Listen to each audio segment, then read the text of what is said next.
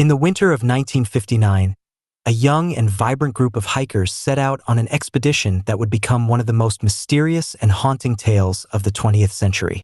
Their journey took them deep into the Ural Mountains of Soviet Russia, a place where the wilderness holds its secrets close. This is the story of the Dyatlov Pass incident, a tragic and enigmatic event that still captivates and baffles to this day. Igor Dyatlov was a 23-year-old engineering student at the Ural Polytechnical Institute. He was an experienced and enthusiastic hiker, known for his leadership and resilience. In January 1959, Dyatlov organized a ski trip with 9 of his friends, aiming to reach Otorten, a mountain in the northern Urals. The group included 2 women and 8 men, each seasoned in outdoor survival. Their journey began on January 23rd. Spirits were high as they left Sverdlovsk, now Ekaterinburg, their hometown, and traveled to Vizhai, the last inhabited village before the wilderness. The hikers shared a camaraderie and optimism that would carry them through the initial stages of their trek. On January 27th, the group started their journey into the mountains. The weather was harsh, but nothing they couldn't handle. Unfortunately, one member, Yuri Yudin, had to turn back due to illness, reducing the group to 9.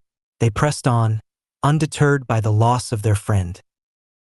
By January 31st, they reached the edge of a highland area and prepared to climb. The next day, they began their ascent through the pass that would later bear Dyatlov's name. The weather turned treacherous with snowstorms and poor visibility, causing them to stray westwards, up the slopes of Kolotsyakal, the Mountain of the Dead, as named by the local Mansi people. Realizing their mistake, the group decided to camp on the exposed slope rather than descending to the relative safety of the forest below. This decision, perhaps driven by a desire to avoid losing altitude they had already gained, would seal their fate. Days turned to weeks without word from the hikers. February 12th, their expected return date came and went. Families grew anxious, but delays were common in such expeditions. By February 20th, concern had mounted to panic, prompting a rescue operation. Volunteer rescuers, joined by the military and police, embarked on a search mission.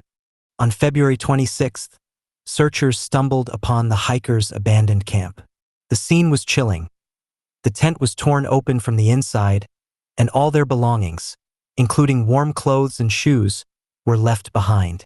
Footprints, barefoot and socked, trailed into the snow, leading down towards the edge of a nearby forest. At the forest's edge, beneath a large cedar tree, the first bodies were found: Yuri Krivonischenko and Yuri Doroshenko. They were shoeless and dressed only in underwear, suggesting a desperate, frantic escape from the tent. Nearby branches were broken, indicating one of them had climbed up, perhaps in a futile attempt to spot the camp. Further up the slope, the bodies of Dyatlov, Zinaida Kalmogorova, and Rustam Slobodin were discovered. Their positions suggested they had been trying to return to the tent. Each had died of hypothermia.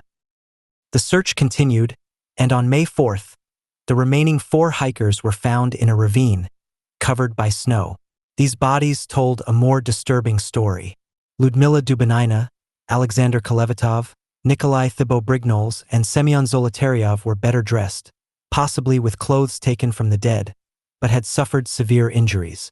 Thibault-Brignoles had a fractured skull, while Dubinina and Zolotaryov had major chest fractures. Dubinina was missing her tongue, eyes, and part of her lips. The Soviet authorities launched a thorough investigation. The official conclusion, delivered in May 1959, was cryptic. The hikers had died due to an unknown compelling force. 6 deaths were attributed to hypothermia, and 3 to fatal injuries. No evidence of foul play was found, and the case was closed, leaving many questions unanswered. Over the years, numerous theories have emerged to explain the Dyatlov Pass incident. Some believe an avalanche forced the group to flee their tent in panic, but the lack of typical avalanche signs and the injuries observed complicate this theory. Others suggest katabatic winds or infrasound-induced panic might have driven them from their shelter. More sinister theories involve secret Soviet military tests. Some speculate that the hikers stumbled upon a covert operation involving parachute mines or other experimental weapons, causing their disorientation and injuries. However, evidence for such activities remains elusive. There are also more outlandish theories, ranging from Yeti attacks to alien encounters. These theories, while intriguing, lack credible support and are generally dismissed by serious researchers.